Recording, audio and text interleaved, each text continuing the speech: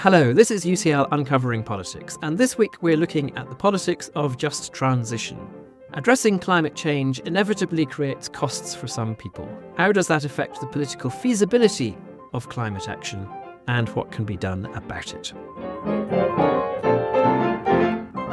Hello, my name is Alan Rennick, and welcome to UCL Uncovering Politics, the podcast of the School of Public Policy and Department of Political Science at University College London.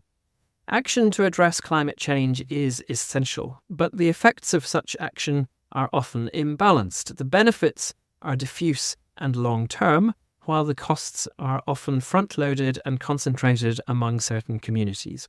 That imposes two kinds of challenge. The first is normative, the idea that some people, such as workers in fossil fuel industries, might face higher costs than the rest of us seems unfair. The second is political. Voters are rarely willing to accept short-term harms in return for future benefits that seem distant and uncertain. So building democratic support for vital policy change seems difficult. A solution to these problems may lie in compensating those who face heightened costs, by retraining workers in affected industries, for example, or by combining fuel taxes with car scrappage schemes and other similar measures. Such schemes can certainly address the normative challenges, but will they also overcome the political hurdles to implementing the needed long-term policies? In a world of deep distrust in political leaders, can voters be persuaded that so-called just transition policies really will be fair? Well, a recently published article suggests that the answer to that question might just be yes. At least in the right circumstances. It suggests that political parties that uphold just transition principles in their policies can reap electoral rewards in return. And I'm delighted that two of the three authors of that article join me now in the studio. They are Dr. Fergus Green, lecturer in political theory and public policy here in the UCL Department of Political Science, and Dr. Diane Bolle, lecturer in political behaviour in the Department of Government at the University of Essex. Fergus and Diane, welcome to you both. Great to have you on the podcast. And Fergus, let's start with you. Do you want to begin by explaining in a little bit more detail than I did there, just what is the problem that politicians are facing here? Yeah, thanks, Alan. Well, you've done an excellent job actually of laying out the problem. So to mitigate climate change, we need to phase out the production and combustion of fossil fuels. And for the most part, this requires enacting new laws that directly or indirectly engineer such a phase out. And it turns out quite hard to do this politically. So we can distill the problem in terms of thinking about the costs and benefits of those laws. So the climate benefits in terms of reduced emissions are diffused across billions of people spread around the globe and disproportionately benefit people in the future. Whereas the costs are concentrated in particular sectors and regions, and they accrue immediately. And so this makes life difficult for political parties that want to take ambitious climate action because they need to persuade voters to elect them, and voters tend not to like immediate costs for kind of benefits that they don't particularly highly value. And this challenge of mobilizing supportive coalitions of voters to support climate policy is particularly acute in communities dependent on the fossil fuel industry, because not only do they face the same potential consumer costs that everyone faces, for instance, if energy prices go up, but there are also a lot of people who are employed in those industries whose jobs and or wages might be under threat. And there are a few other factors that might be a little less obvious at play in these communities. So the fact that you have the people who are adversely affected are all proximate to one another facilitates their ability to kind of mobilize against the policies. And at least in many political systems, those communities will be clustered in a particular electoral district, and political parties are incentivized to pay attention to large concentrations of unhappy voters in particular districts. And so they will be particularly attentive to the political signals coming from these places. So just thinking kind of concretely to give some examples of that, I guess in the United States, we often think of West Virginia, for example, as a place where a lot of jobs are dependent upon fossil fuels, and that very much affects the politics there. In a UK context, we often think of North East Scotland, the area around Aberdeen, as very much the centre of the oil industry, and therefore similarly a place where lots of jobs are at stake in these debates. Exactly right. And there's actually some evidence looking at the Appalachian coal regions in the US that by and large supported Trump in the 2016 presidential election. And so there is some somewhat more circumstantial evidence that this effect can lead to punishing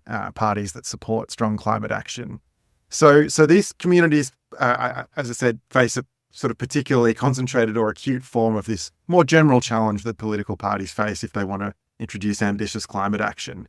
And so the question we're interested in, the larger question that our paper speaks to, is really, given these challenges, how can political parties that want to do ambitious climate policy do so in ways that are essentially politically popular? How can they build coalitions of support?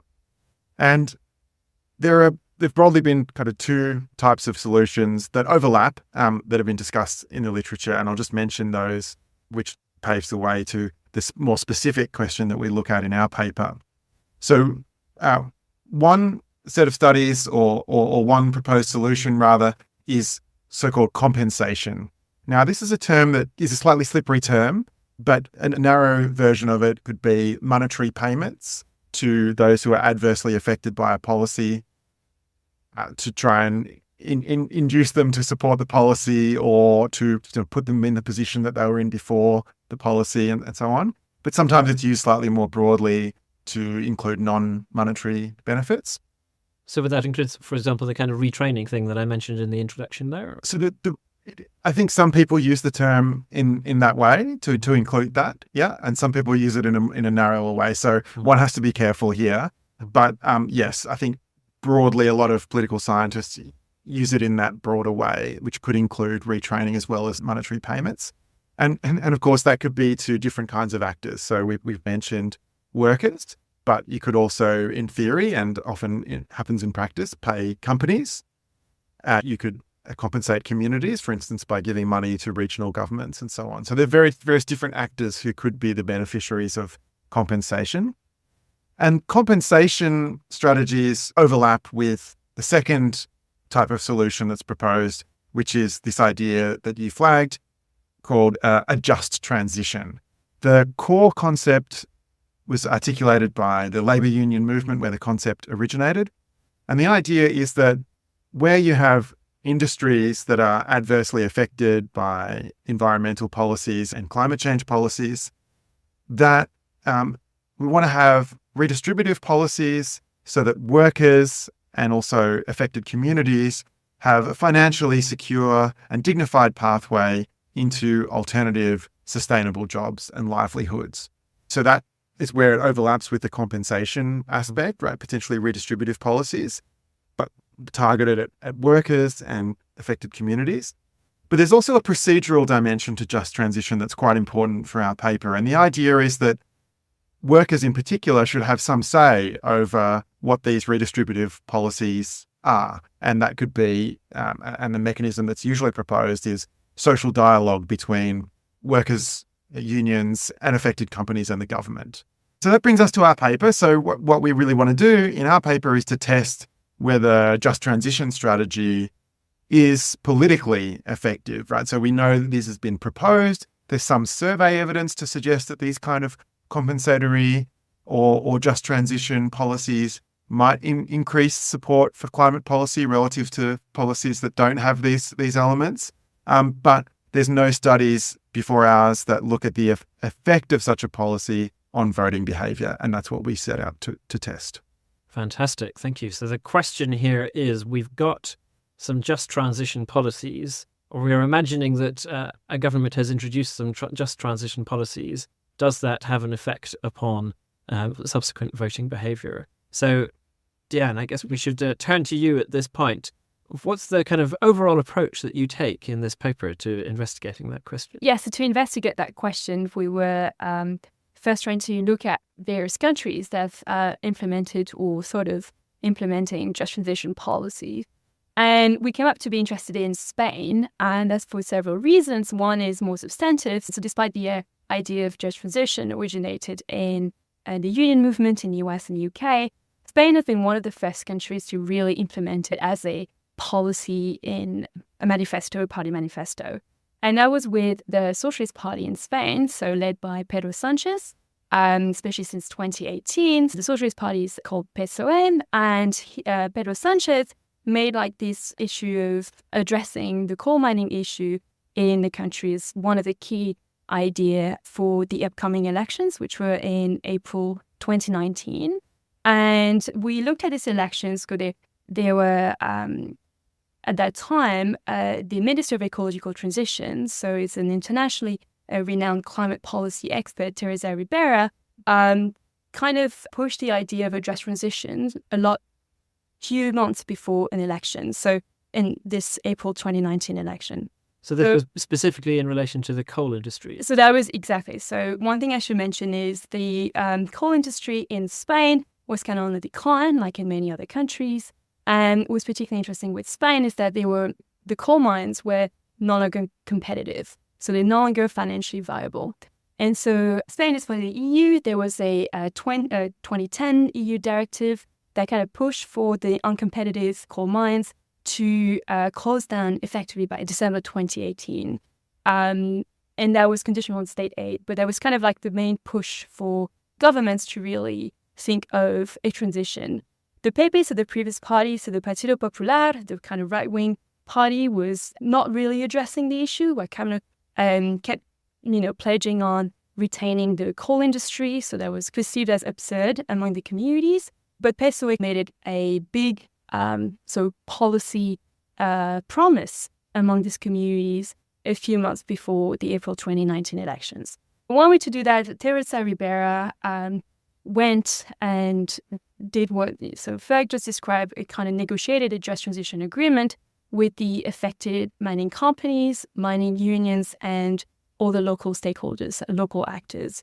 And so after 6 weeks of negotiation, she managed to reach an agreement, which consisted of a 250 million euros package to directly compensate the affected workers and communities. So that included retraining schemes for younger miners, but also early retirement schemes for older miners. But it also included more place-based policies, so community-wide investment in the form of business initiatives or economic development and environmental restoration.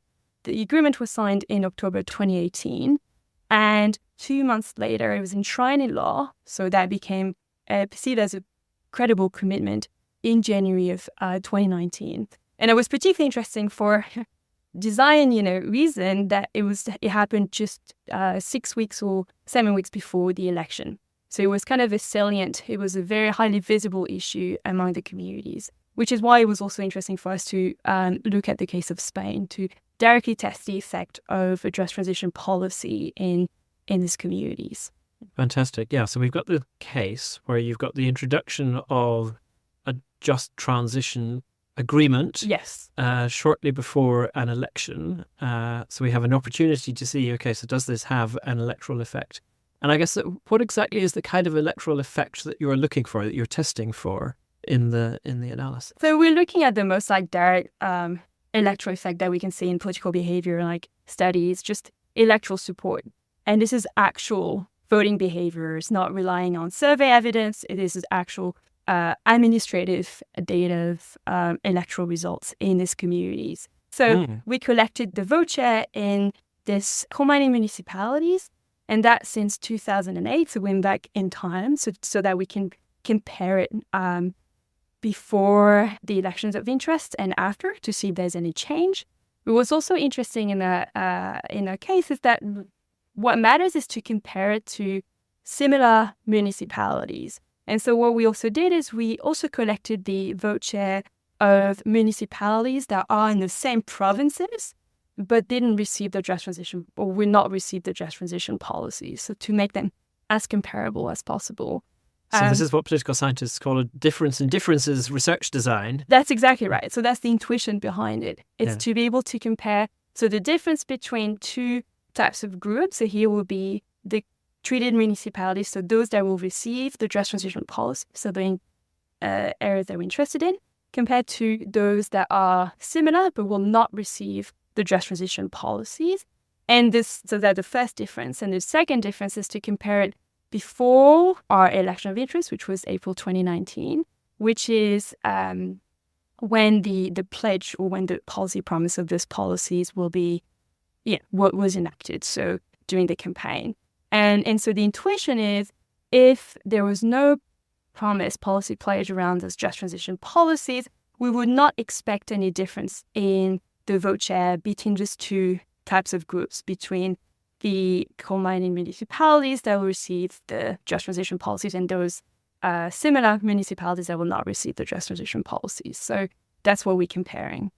Yeah, so you're comparing the change over time in those different places. So, exactly. So if there is no effect from the policy, then you would expect any change in the vote share of the Socialist Party at this election in the other parts of the regions that aren't affected by the policy to be the same as the change in the parts of the regions that are affected by the policy. That's exactly right, yeah. Yeah, fantastic. So what do you find? So we found that there was a change of vote share between these two types of municipalities in the 2019 election. We found a positive and significant effect, which means that it is statistically significant. So it means that there are differences between these two types of municipalities. And we found that the PSOE vote shares increased by 1.8 percentage points in the coal mining municipalities in 2019. And that might not sound like a lot of increase, but we should remind ourselves of two things. So the first one is we're looking into areas that are already traditionally supportive of PSOE. So there could have been what we say in the statistical jargon, the ceiling effect. So it's always harder to find more support in areas that already strongly support PSOE.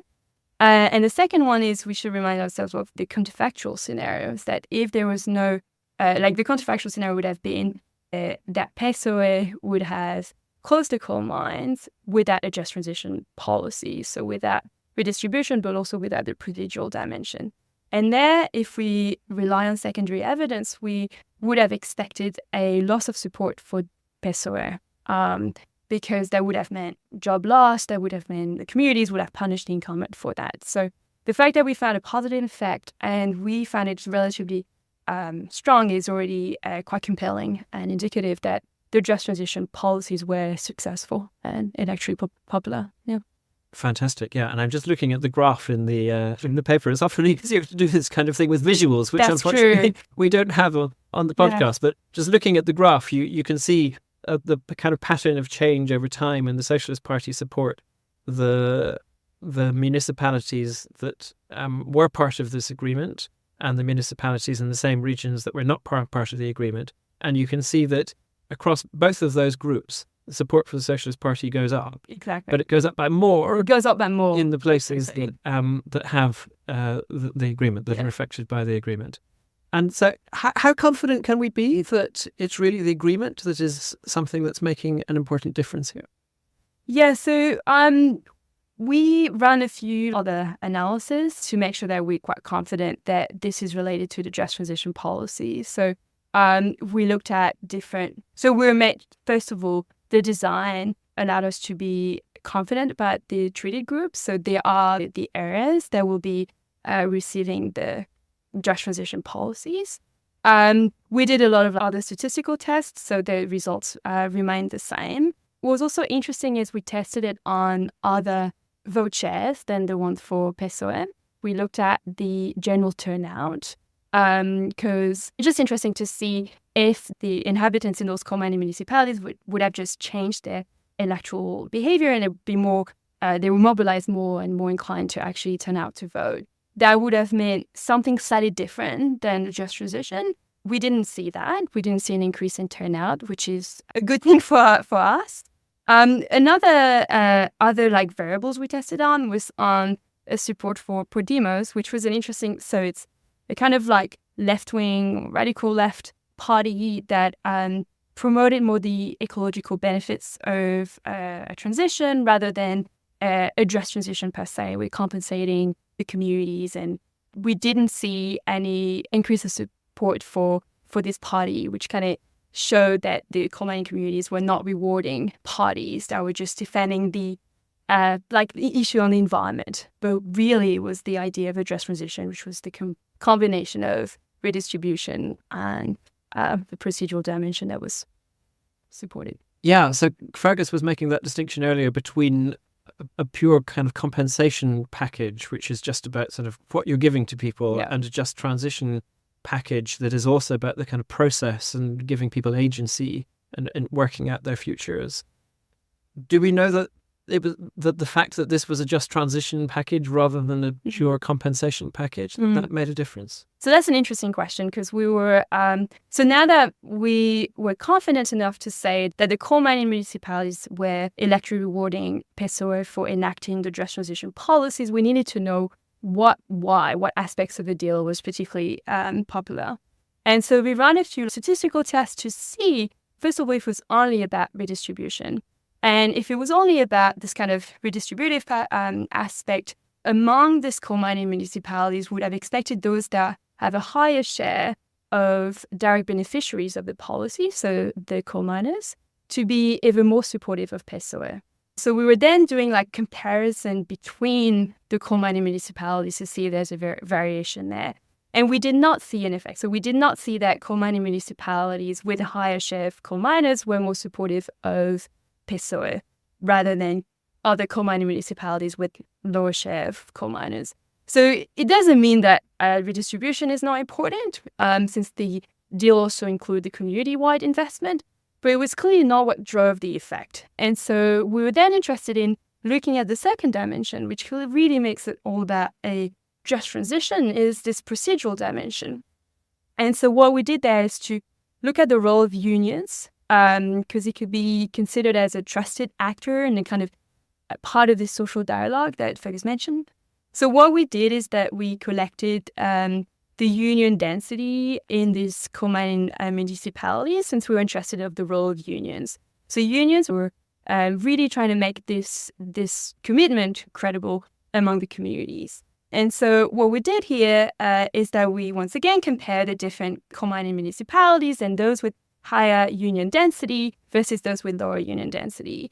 And here we found that the coal mining municipalities with a higher union density were actually more supportive of PSOE than the coal mining municipalities with lower union density, which kind of indicates the importance of the role of unions and the role of the procedural dimension. To corroborate this evidence, we conducted some interviews with the key players of the negotiations of the Just Transition Agreement. And so that included representatives of the mining companies, the mining unions, and representatives of the central government, but also local, regional, provincial governments. And what we did found, and we did find evidence that corroborated this, the importance of the procedural dimension. So the unions organized deliberative local assembly at each stage of a salient milestone of the agreement. I should remember that the agreement took 6 weeks to proceed, so it was quite a long process. And the union representatives really talked to the members, but also the rest of the communities, to kind of share their views on the deal, on the concept of the deal, why it would be a credible commitment, what would be a good thing, the different aspects of the deal. And that was done all the way throughout the negotiation stage. And so this kind of evidence, the qualitative evidence with the interviews and the quantitative evidence with the interview, kind of indicate the importance of the procedural dimension that is part of this Just Transition Agreement. Yes, and it's a really nice example of a combined mixed methods study using both the quantitative analysis and also qualitative interviews as well. So the overall finding is that, yes, the Socialist Party in Spain actually benefited electorally from having introduced this just transition policy, which I guess is potentially positive for other parties thinking about similar policies in other places as well. But I guess that leads Fergus exactly to the question, how far can we safely generalize from this particular case? Yeah, so there's a few things to say about that. So I think it's worth just going back to our larger question that we were interested in, which is basically how can political parties that want to introduce ambitious climate policy do so in a way that's politically popular, that doesn't cost them electorally? And in a sense, by looking at a fossil fuel community, we've picked what political scientists call a least likely case, right? You would think that fossil fuel communities would likely be the most hostile. And what we've shown is that even in that case, that it's possible to introduce ambitious climate policies of phasing out coal mining here and still build electoral support. So in one sense, that suggests that for other communities where the costs of climate policy might not be so severe or concentrated, that it should be easier, right, to introduce ambitious climate policy.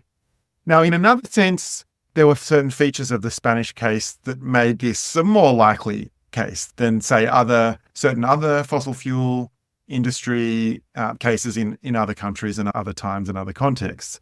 And so what we did in our discussion section of the paper is to identify 4 features of the Spanish case that and think about whether less propitious conditions in other contexts might affect how well our findings generalize. So I'll just go through those 4 conditions. So one is basically about the economic outlook for the industry in that context, but for the climate policy. So what's kind of the baseline economic conditions facing the industry? And in the Spanish case, as Diane explained, the outlook for the industry was fairly weak, right? So it was a relatively uncompetitive industry. It was being propped up by state aid, and the European Union was pushing the Spanish government to essentially phase out the industry by 2018. So the industry was not in a strong condition before the government came along and sought to introduce a policy to phase it out. And that matters, obviously, because if the industry is not in a strong position, then the businesses and the unions in that industry are not in a particularly strong bargaining position when it comes to bargaining with the government about, the future of the industry. Whereas if the industry is very profitable and doing very well, then they're obviously going to be in a stronger bargaining position. So that's factor 1.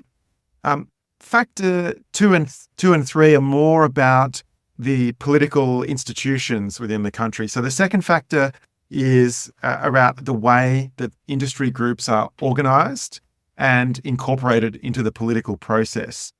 Now, and the idea here is that in countries where businesses are organized under a hierarchical encompassing institution that essentially organizes all of the business interests, and unions have a similar structure whereby there's sort of a central union federation that is able to bind the existing unions, and then the government has a structured process for interacting with unions and business. So there's corporatism. Exactly. Yeah. So in countries that have corporatist institutions, it's sort of easier to facilitate these kinds of bargains. Now, Spain here is not necessarily the most likely case. It's kind of an intermediate case. So Spain doesn't have entrenched corporatist institutions, but it does have a history of sort of ad hoc arrangement, quasi-corporatist arrangements around economic policy. And certainly in the coal mining sector, you had relatively few unions and businesses. So they themselves, that sector itself was quite concentrated. So that sort of suggests that, you don't necessarily need corporatist institutions to be able to do this kind of bargaining. Some sort of more moderate degree of organization and centralization can be sufficient for sort of ad hoc arrangements. And then the third factor is about links between labor unions and political parties. So in the Spanish case, PSOE had strong links to the labor unions. And that obviously facilitates trust and goodwill amongst the parties. Many countries have labor parties that have these more or less formalized ties with labor unions. So UK, Australia, Germany, Norway. So that factor could travel sort of reasonably well. And then the final one, which I suspect we might want to talk a little more about, is about the government's fiscal capacity to provide the kind of compensatory mechanisms, given the size of the industry, right? So obviously the richer the country, the more fiscal capacity they have, and the smaller the industry that they're supporting, the more likely it is that they'll be willing and able to provide the compensation or redistributive aspects. Mm. So just on that final point, the coal industry in Spain was really quite small. Yes. I mean, it was employing fewer than 2,000 people, if I remember That's correctly. right. Yeah. And even then, this scheme cost 250 million euros.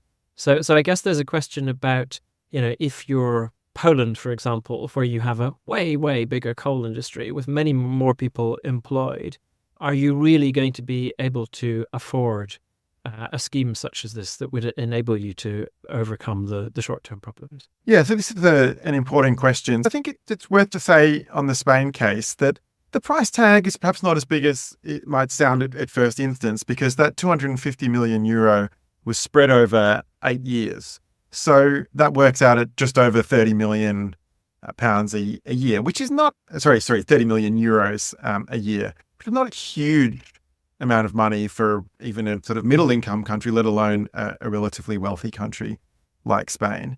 But you are right that the industry was relatively small, so 1,700 affected workers.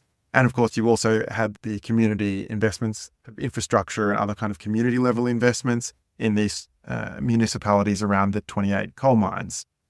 So you've mentioned, what about countries where the fossil fuel industry is much larger? So I think there's a few things to say there. So one thing to say is that, and this I think is particularly relevant for countries that will be sort of financing their own transition, which is that there are certain ways you can kind of structure the redistributive aspects such that you get more economic bang for the buck, as it were. So what obviously as a government you want to be doing is not necessarily just paying people to exit the industry or paying companies to exit that business strategy. You want to be investing in the productive capabilities of the economy. So that would suggest emphasizing policies where you're, for instance, retraining workers, you're investing in infrastructure, right? So that you're essentially facilitating the growth of these regions and in new industries. So you can invest this money in more or less productive ways, I guess is sort of the key point.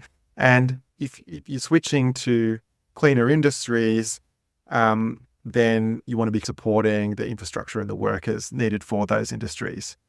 The other point to make is that rich countries have obligations under the Paris Agreement and other international climate agreements to support poorer countries with finance, technology, and capacity building for the transition.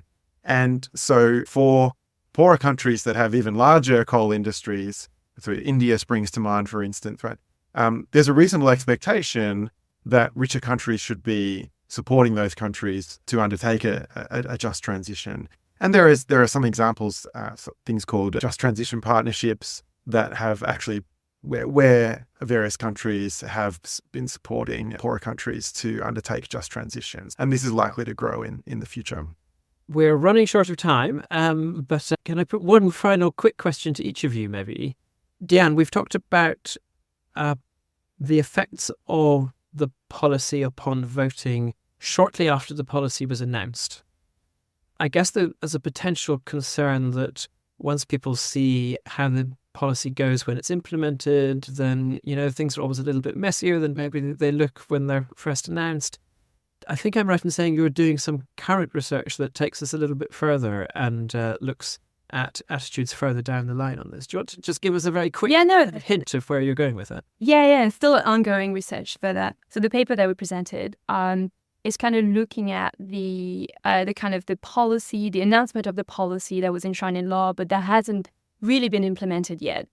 So we've been interested since to look at the implementation effect, so on electoral support for PSOE. And so what we've been doing is, so we ran this survey last year, a week before the 2023 general election in Spain, and we were targeting the coal mining municipalities only. So we had around 400 respondents, and we were asking a lot of questions about their perception of change in their local areas without really directly, mentioning the word just transition, not to give them a kind of a cue. So from what we collect so far is that the direct beneficiaries of the just transition policies were aware that they received the retraining schemes or early retirement schemes. That was processed relatively quickly and effectively. What was a bit more difficult was the place-based policies, this kind of community-wide investment that have been delayed due to COVID, right? Because the started of the delivery of the policy started in 2021, so right during COVID. And so there we saw that the respondents of that survey were not particularly aware of any changes in their local area. So this is something quite intriguing. And we're thinking maybe if there is some sort of disappointment with the delivery of the policies, then maybe they will turn towards the far right party. But we didn't observe that. So I think that's quite reassuring. Yeah, so positive initial findings, partially, but further work to be done. And we'll need to have you back in order to investigate further. And finally, Fergus, so you have had another paper just out in Science, the most prestigious journal of all, just about. So many congratulations on that. Very quick view on what's the kind of core argument of that paper and how it relates to what we've been discussing here. Yeah, so of course what we've been discussing here are the political challenges of phasing out fossil fuel industries. And what we look at in the Science paper is making the case for governments to not allow new fossil fuel projects. And to make the link, basically part of the case for not allowing new fossil fuel projects is that phasing out fossil fuel projects once they already exist is politically very challenging. It's also, as we mentioned in the Science paper, tends to be more economically costly, and there are also often legal hurdles to phasing out projects before the end of their economic life. And so there are various kind of challenges. If you want to kind of basically mitigate climate change, then you want to do it in a way where you're building as little new fossil fuel projects as possible. So the other key part of the Science paper is we look at various scenarios that have modeled the energy transition to net zero emissions by 2050 to stay within the agreed goal of the Paris Agreement of limiting global warming to 1.5 degrees above pre-industrial level. So we look at these various scenarios and we basically unpack the energy demands in those scenarios and show that in order to meet energy demand under these 1.5 degree scenarios, no new fossil fuel projects are needed. Now, of course, one could build a lot more new fossil fuel projects and then phase even more of them out very quickly and still stay within the kind of the goal. But because of those difficulties that I mentioned and because of the challenges of phasing out existing projects, we think that means there's a very strong case for not allowing new fossil fuel projects. And so the paper is about arguing that governments should introduce policies, particularly bans on new projects, and that civil society actors should advocate for such ban in the hope that we can build a global moral norm against new fossil fuel projects. Well, if only we had time, I would ask more questions about that because it's a really great paper and a fascinating read, and it would be excellent to share it. But listeners will just have to go and read the paper themselves. It's a Science paper, so it's very short. It's very short.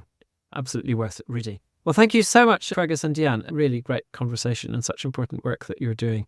The main article that we've been discussing is called How to Get Coal Country to Vote for Climate Policy, the Effect of a Just Transition Agreement on Spanish Election Results. It's by Diane Bonnet, Fergus Green and Michael González Aguilo, and it's currently available on early view in the American Political Science Review.